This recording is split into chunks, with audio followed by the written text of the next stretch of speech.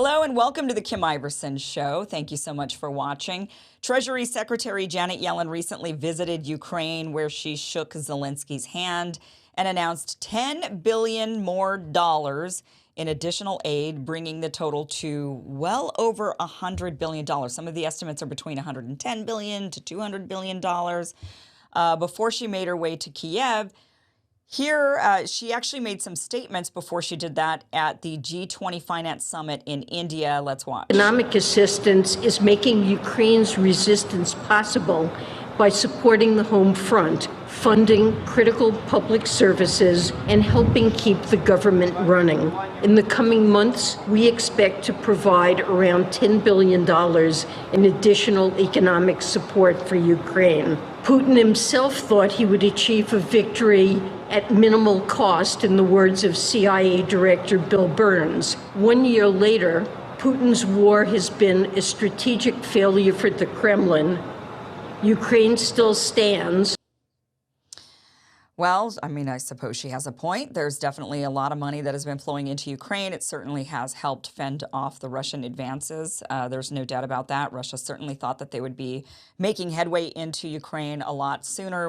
Many of us thought that this would be over and that Kyiv would be forced to negotiate at some point earlier on. I suppose you could definitely make the argument that they should have negotiated earlier on, that would have avoided a lot of death and destruction and certainly wouldn't be pushing us more towards World War III, which is where we're headed. Let's look at just how much money, however, the United States has sent to Ukraine. This is a chart. This is from the Council on Foreign Relations. This here shows, if you could kind of see it there, that let me break this down for you. It has grants and loans for weapons and equipment down at the bottom. Weapons and equipment, you can see $23.5 billion there. Security assistance, that's training, more equipment, weapons. This is what's funny about this. You know, they have security assistance as if that's different than weapons and equipment, but under security assistance is weapons and equipment. So it's more weapons and equipment, $18 billion to that. Financial, so giving them money, this is funds through loans and other financial support. That is $26.4 billion. Now this, by the way, this chart was only up until the middle of January. We've seen a lot more aid being released to Ukraine since then. So this is not even the fully updated amount. That's why we don't really know. We just keep throwing money at them, and it's hard to even keep track. But that financial assistance at $26.4 additional billion also, I'm sure, went to more money for weapons and equipment. And also then there's the humanitarian aid, which if you look at that chart again, it's the tiny little sliver. People think, oh, we're giving all this money, it's for humanitarian reasons. Look at that. The humanitarian assistance is tiny. It is just a sliver of what we're actually giving to Ukraine. Look at how much the United States is giving to Ukraine compared to other countries. So the U.S., look at this. The United States way outperforms the amount of money. I mean, look at the amount of money the United States is giving, even compared to the EU. Collectively, that's second on the list, and by a long shot, it is much lower. United Kingdom, even less. Then you've got Germany, Canada, Poland, France, and then it goes all the way down when you go through these European countries all the way to Latvia. So the United States is funding this war. This is really not NATO versus Germany. I mean, NATO versus Russia, the way that they painted it. This is really the United States versus Russia. I mean, you could even look at it that way. Very little is coming from the EU. And even then, that's EU institutions. And then there's the EU countries that are giving even less collectively. So the United States is largely funding this war. Also look at this. This is the amount. Now, here in the United States, many of us have complained about how much money we give to foreign countries. This chart here, also from the Council on Foreign Relations, shows how much money is being given per nation from the United States. Look at Israel. Now, that's the one that a lot of us complain about, right? Money spent on Israel, money spent in Afghanistan, money spent in Egypt. But look at how much money is being spent in Ukraine, all while the United States has a massive homelessness problem that is all across the United States. You got Janet Yellen saying, oh, this money is for basic infrastructure needs in Ukraine. What about basic infrastructure needs here in the United States? What about the American citizens who need those basic infrastructure things like homes and running water and bathrooms for showers? What about all of that? Food. But instead, here she is shaking hands with Zelensky, handing him $10 billion, in addition, on top of the $100 billion we've already been sending. So, they're not backing down, certainly not backing down on this continued funding to Ukraine, making it some sort of existential crisis for here in America, that we've got to be fighting Russia or else. What is that or else? Or else Russia's going to seep across the globe and get us all. That's sort of the narrative or the fear. And really, when we look at what's happened over the years, Democrats in particular have been building this narrative against Russia this whole time. They put Donald Trump in office. If it weren't for Putin, you wouldn't have Donald Trump. And they propagated Russiagate, pursued that, found nothing. But in that time, we're able to change the minds of so many Americans towards war, and specifically towards war against Russia. That is what they were trying to do, and it's been a successful campaign. Hillary Clinton, when you go back in time, has been really going after Putin for a very long time. Since she was Secretary of State, she would make statements that really upset and alarmed Putin. He invited her to his home and tried to be friendly, tried to make inroads with the West, wanted Moscow to be ingratiated with the West, considered a European country. And instead, Hillary Clinton essentially told Putin that he better watch it or he's going to end up like Gaddafi. And that was something that really upset Putin. And from there forward, and it's really unclear why. I've never really been able to figure out why Hillary Clinton had such a beef against Putin, but she did, seemingly out of nowhere. I mean, Obama was trying to make inroads with Putin, and Hillary Clinton was undermining those efforts. And now Biden, which is really just the shadow Hillary Clinton government, he's put everybody in power that Hillary Clinton would have put in power if she were president of the United States. And he's essentially, and here we are. We're basically at war with Russia. And it doesn't look like it's slowing down, unfortunately. But the people around the world are rising up. People around the world are very upset about the incoming World War III, and they are making their voices heard. We've seen protests all throughout Europe, and we're going to be talking to Nick Brana, chair of the People's Party, who was there in Europe this past weekend, participating in these protests. That is coming up next. But first, Field of Greens, if you want to feel better and feel healthier, maybe your diet is not exactly where it should be, Field of Greens can help you get to that point. It is a powder that is made of real fruits and vegetables, organic fruits and vegetables, and no extracts. You can mix that powder into a drink, you can sprinkle it onto food, and you're going to get all of the benefits of having eaten all of those fruits and vegetables, probably even better actually, because a lot of times by the time you get it from the grocery store and it's in your house, the nutrients, they've worn off after time. But when they can get these freeze-dried fruits and vegetables into this drink, you're going to get a power pack of those nutrients. I really like the lemon lime flavor. It tastes like iced green tea. Really does. Iced green tea with lemon. That's what it tastes like. I drink that often. Get yours. You can get 15% off your first order by going to fieldofgreens.com. Use that promo code KIM.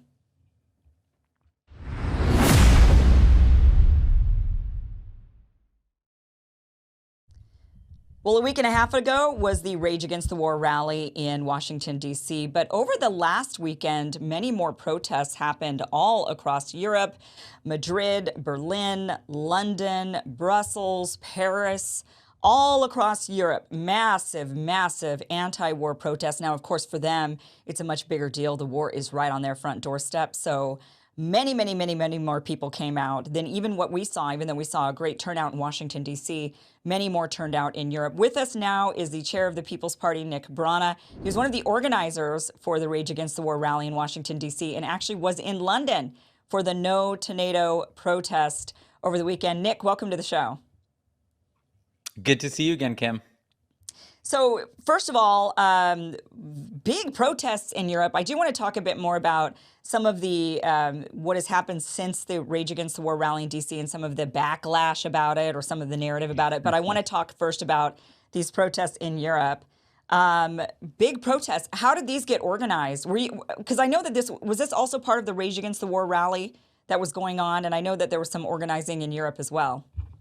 So this was a lot of it was, I think, just kind of spontaneously organizers in different countries all across Europe. It was the UK, France, Germany, Italy, other countries, thousands of people coming out in all of them. I think it was largely spontaneous people like coming to the conclusion that, we're tired of this war and we need to protest it.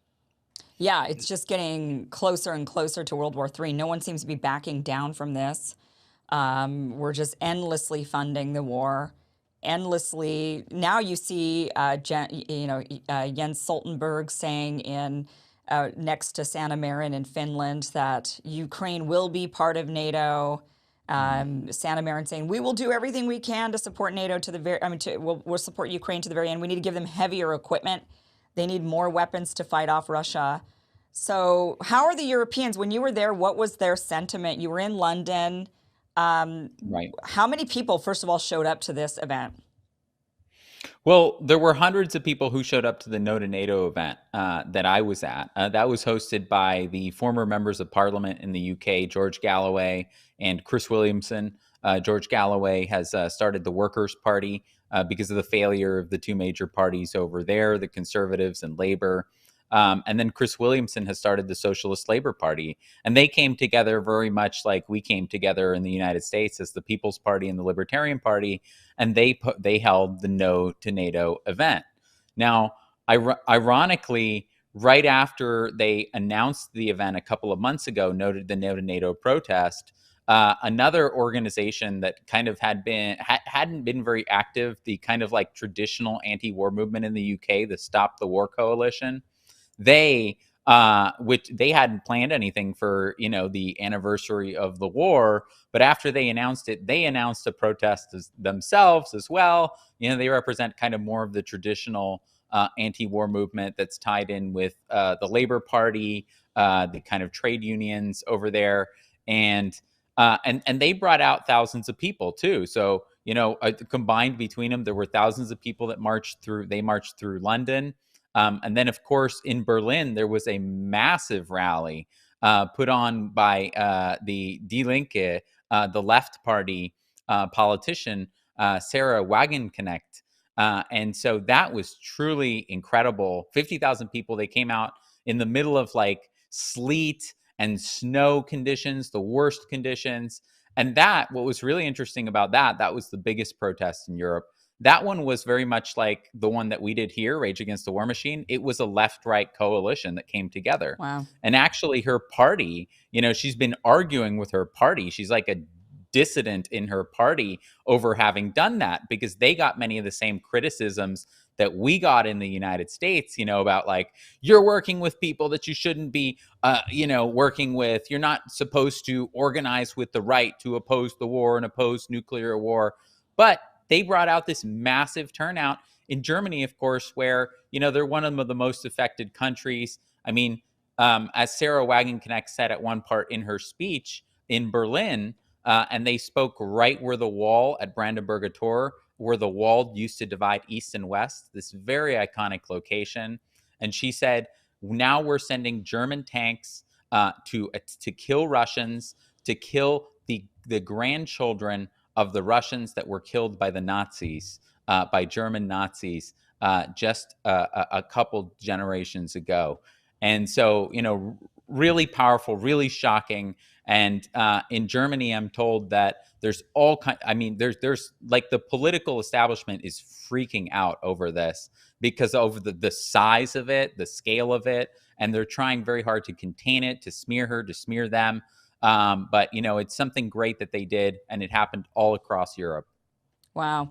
Well, Germany has every reason to feel that way. I mean, they're really suffering. Nord Stream, both of the pipelines were all blown up. Looks like now, very much with the help or at the behest of the United States and Norway helping along the way to blow up these pipelines. And yeah, I mean, it's really for Europe very frightening. Um, So let's talk about, I know in France also they came out, there was a lot of people in France also signed up for, going out there and marching. The French are always like really big to protest, so it's great to see them protesting against the war. And I know a lot of their signs were saying like no to NATO and no to World War III, and we want peace. And a lot of the signage out there is saying we want peace. I want to talk about the Rage Against the War machine rally in DC and how Mhm. some of the backlash and really I'm curious about, now that we're a week and a half out of it, what has been some of the response towards you? What have you heard or seen, or has anything of note happened? I suppose that's like these people smearing again.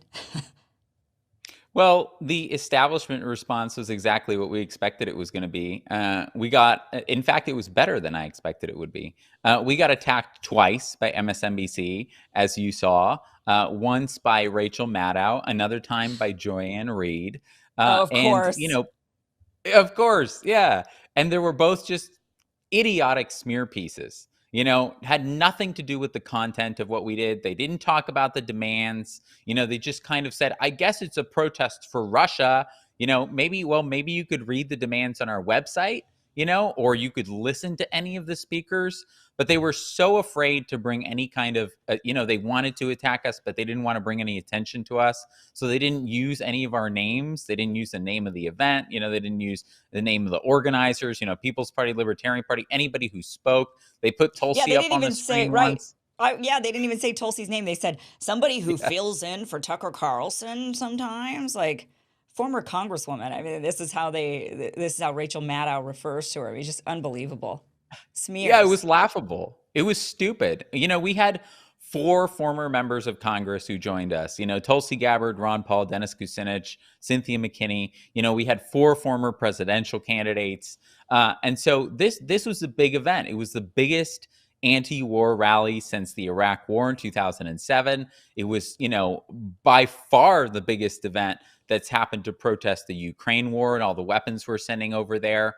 And so it was an incredibly significant event. And I also think that Biden's the thing that says that to me the most is the fact that Biden, the next day after our rally, went to Ukraine and reaffirmed his unlimited, unconditional support to war and nuclear brinksmanship with Zelensky, pledging whatever it takes for as long as it takes. And I think that the timing was no coincidence. I think that they didn't want any attention given to what we were doing. They wanted to signal to the media that this is, still our position. We're holding firm on our, forever war policy.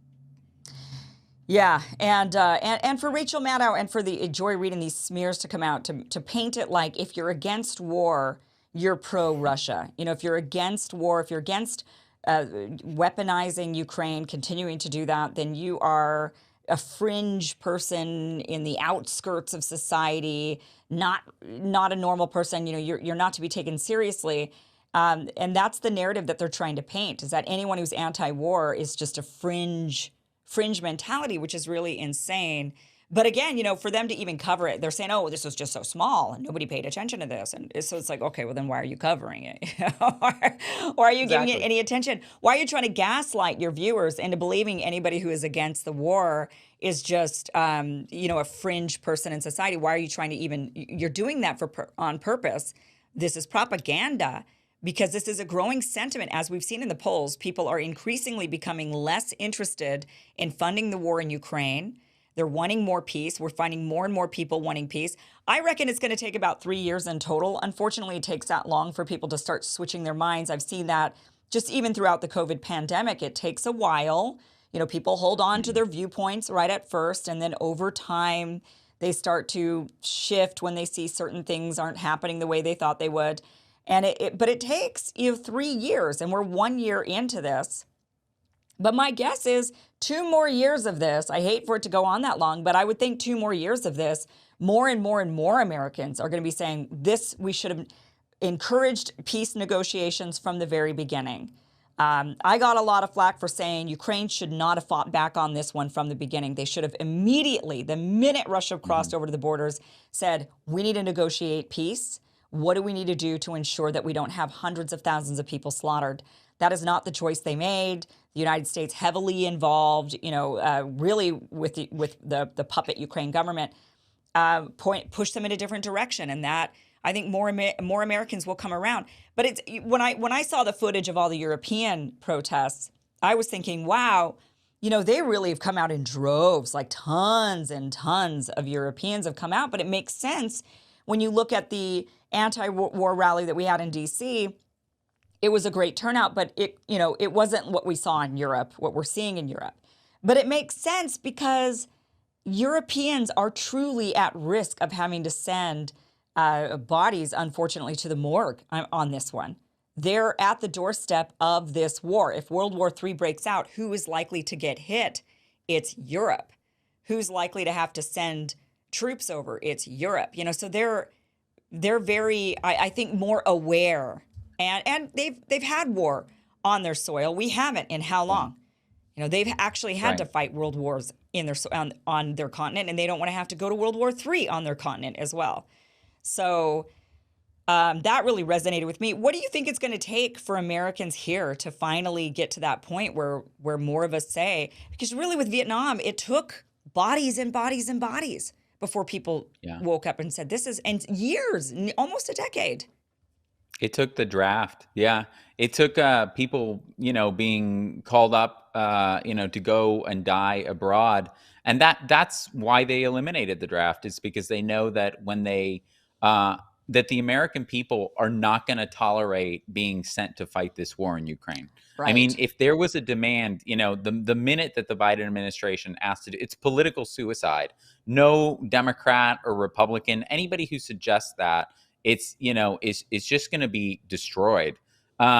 And it's the same thing in Europe. Nobody in Europe is going to go fight this war. But Putin, and Russia, they can draft hundreds of thousands of people, and he can retain a 70, 80% favorability rating because the country knows that this is an existential threat. So I think in the United States, I think what we did was really powerful. I'm really proud of what we did. We definitely need to keep building on it, though. Yeah. So some of the things that we have in mind to do that are, for example, you've seen those interventions that Jose Vega does with the Schiller Institute.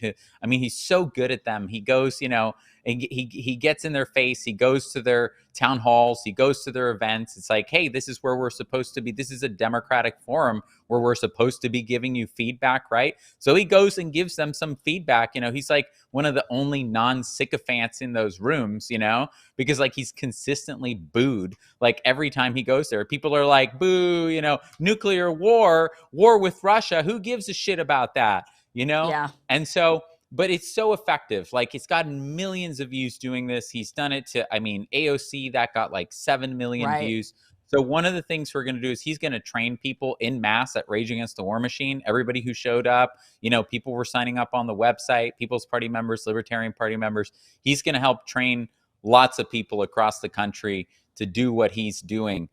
Because if we can get that happening in mass, that's going to make a big impact, because these warmongers in the Democrat and Republican Party, they shouldn't be able to show their face in public without being called out. Well, watch out for being labeled a terrorist. I know he's been getting calls even, right, from the FBI or something. But, this is what they did to the parents who were speaking up at those parent meetings where they were saying, hey, I don't like what's going on in my school. And they rose up, they talked back, and then they got labeled terrorists. So that is something to definitely watch out for. But it is effective. It works. I mean, when people see that other people are speaking up and sharing, and they say, oh, it's not just me feeling this way. It isn't just me. There's somebody else. Right. And they're actually the ones with the guts to stand up and say something. Yeah, that definitely might work. Certainly, if we have to go to war, actual soldiers being sent across to a country that people don't even really fully know, just like with the Vietnam War. It's like people had to go to fight in a country they didn't know anything about, they didn't really care about. And I say that as a person who's Vietnamese, with a family that is refugees from Vietnam as a product of that war. That, why were Americans over there fighting that war? It was so. Same thing is going to happen with Ukraine if we're not careful, unfortunately. But Nick, thank you for being on the show, talking about these protests going on all throughout Europe. People should know this is not a fringe little group of people complaining in Washington, D.C. that Rachel Maddow just basically calls deplorables. The world is really worried about this and should be, quite frankly. So, Nick, thank you for being here. Nick Brana, chair of the People's Party. Thank you. Thanks, Kim.